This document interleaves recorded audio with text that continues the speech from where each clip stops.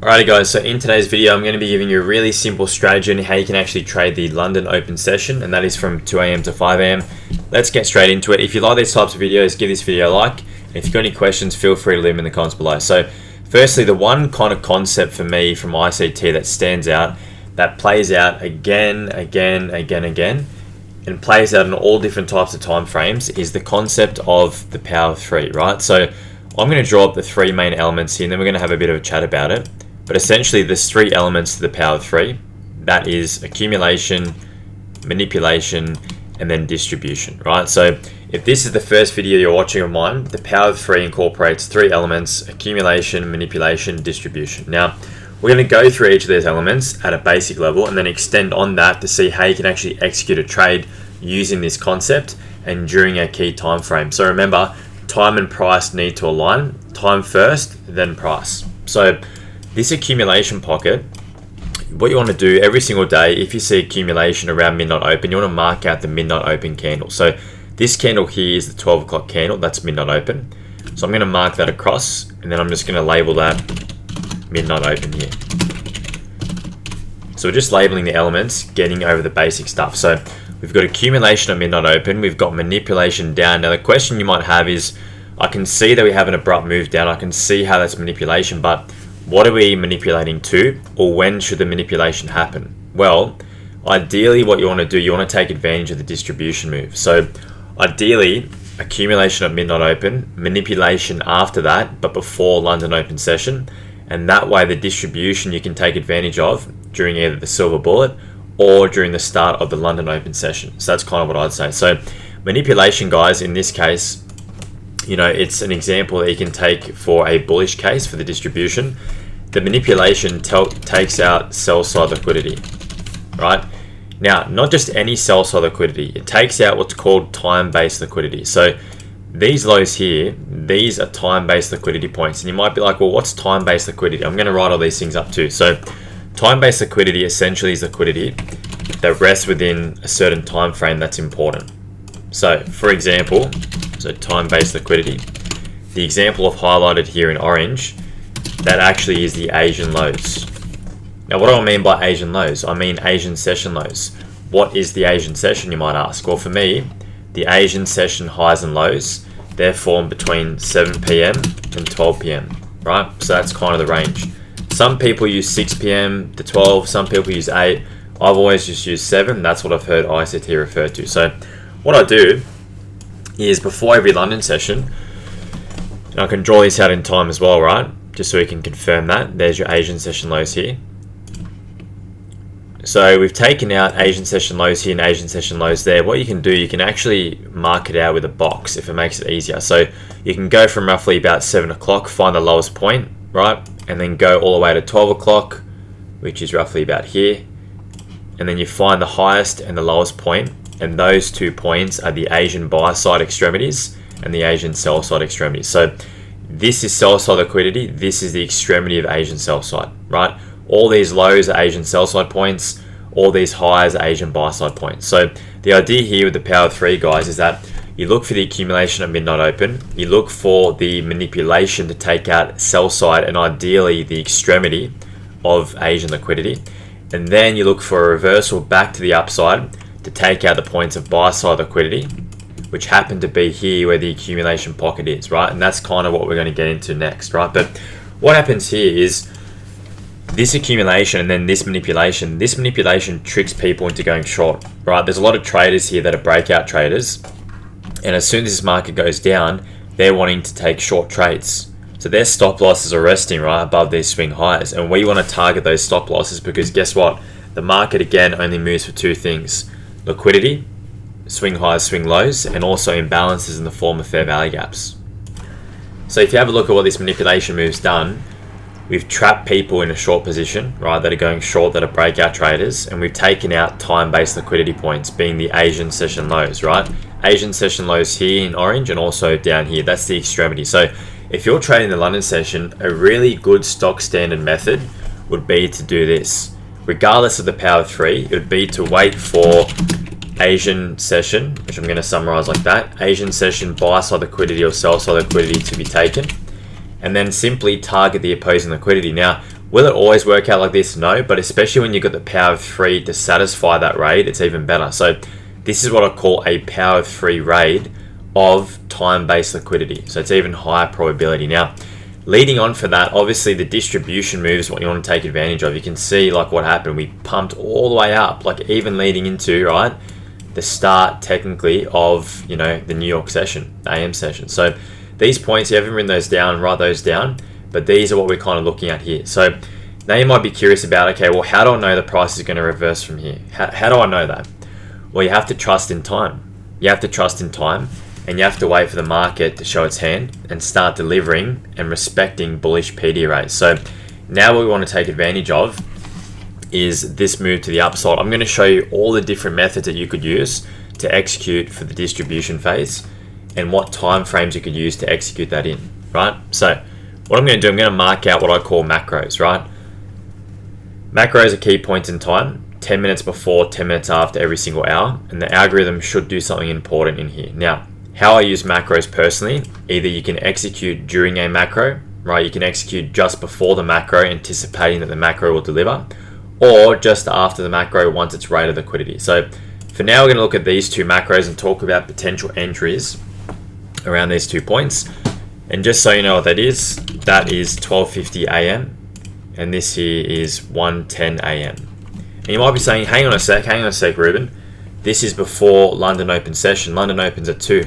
I understand that, but from back testing, forward testing, and trading myself, if you see this manipulation move, right, and it's happened after midnight open, and you've taken out time-based liquidity, often, not always, the first macro will start to deliver to the opposing liquidity, which is the buy side.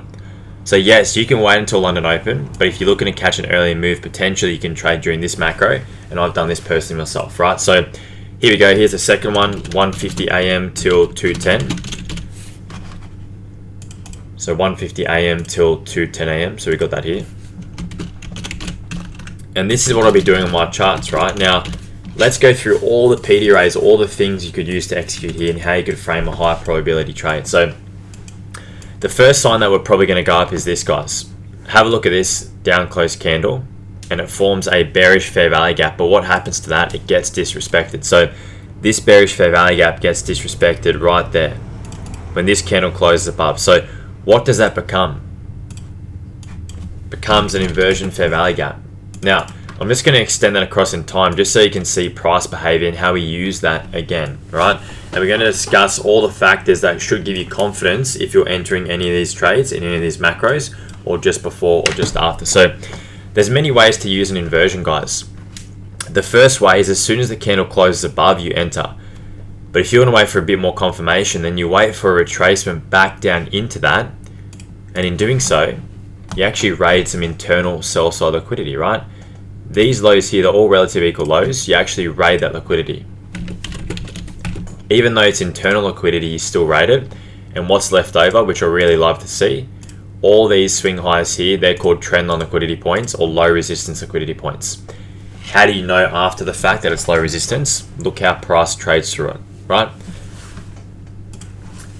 So essentially, you could have entered from the retracement back into this inversion, but if you're looking for more stacked PD arrays, then you can wait until you get a fair value gap to form, which is right here.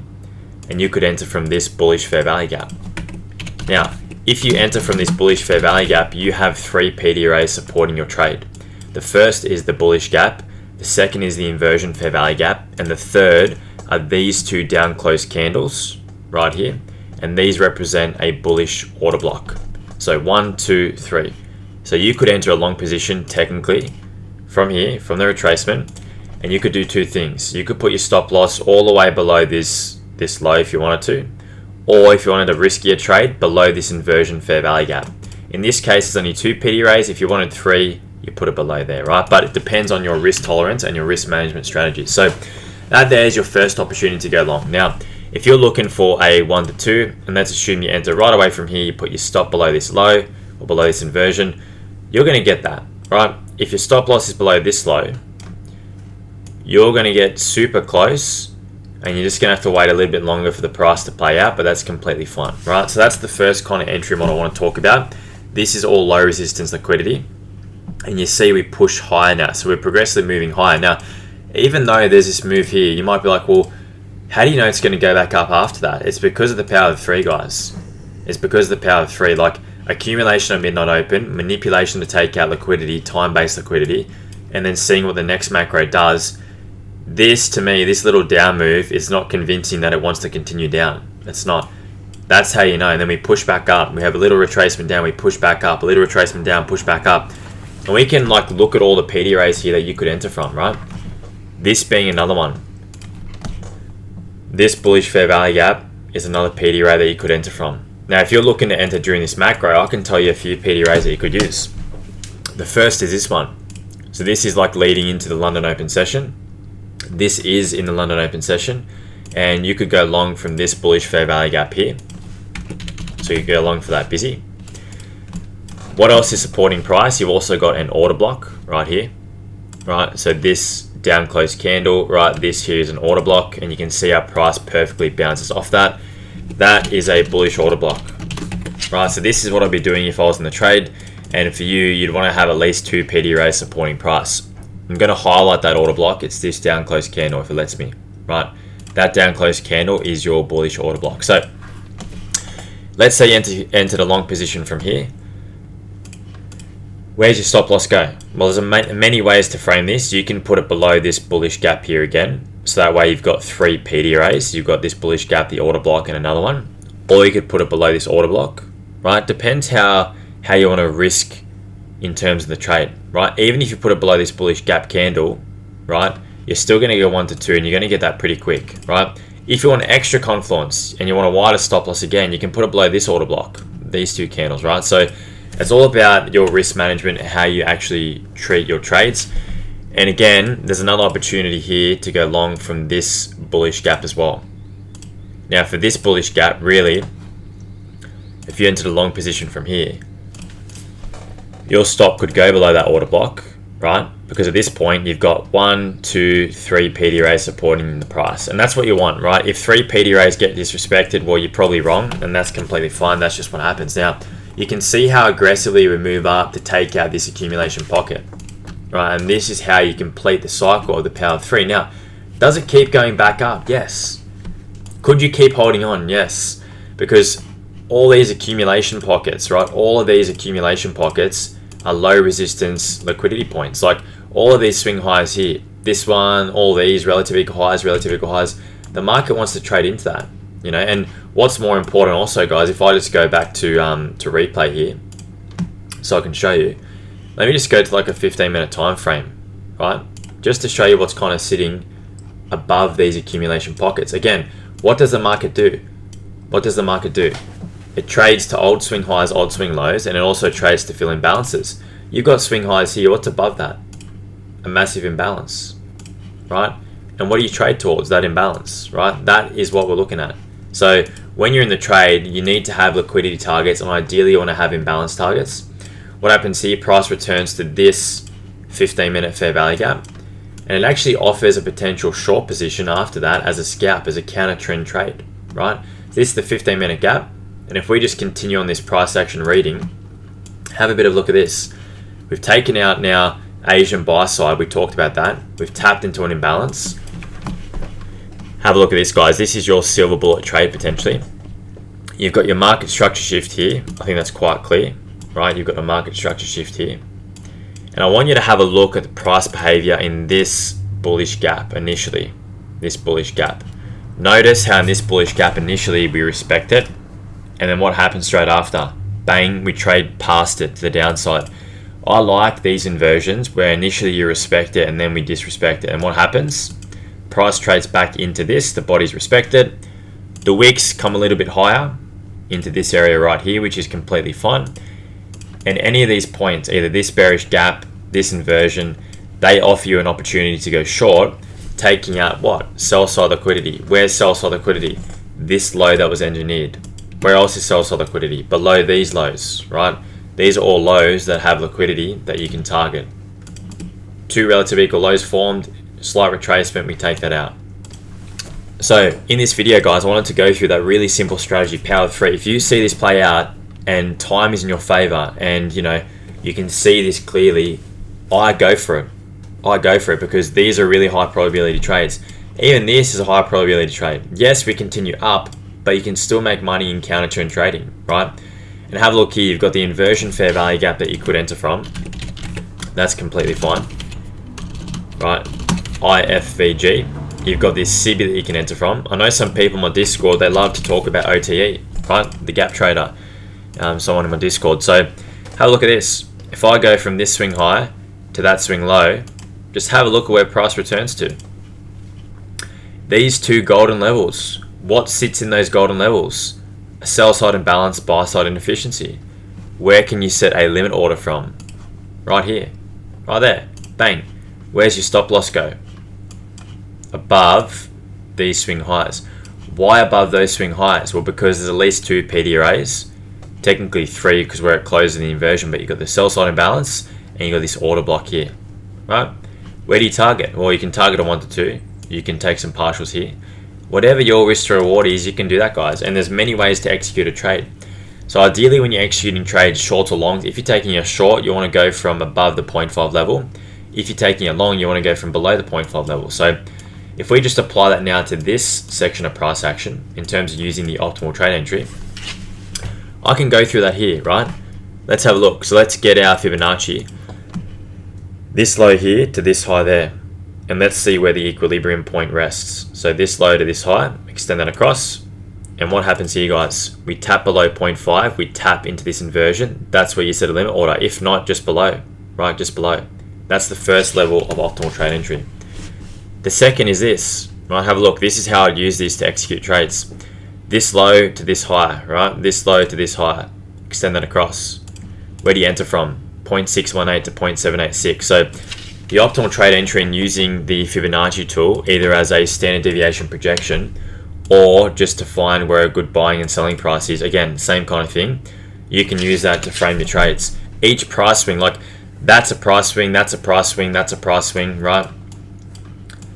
And then you can have a look here and get projections, standard deviation projections too. So that's one way you can use the Fibonacci. The second is this. Get your fib. Get the last price swing, the last price leg, that rate of liquidity right here. Use the bodies like this, right? So I'm just going 0 here, 1 there. And what I'm going to do is I'm going to get rid of these levels and just add on the 2 and the 2.5. It's like magic. It's like magic because what sometimes happens, a lot of the time I should say, is at the 2 to 2.5 level, roughly that's where you can expect some kind of retracement or some kind of reversal, and that's what happens here. So what you do, if you're in a short here, say you went short from here, you'd use these projections, and maybe these are points at the 2 or 2.5 where you look to take your partials or you look to take your profits. That's kind of what we're saying here, right? Which is quite interesting. So you can use standard deviation projections like that, but I just wanted to show you guys that honestly there's many trades per day, and based on your trading style you can execute off different methods. Hopefully this explains the power of 3. Accumulation, manipulation, distribution. I explained the time frames you're looking for this to happen, how you can execute different trades, based on your entry model, entry style.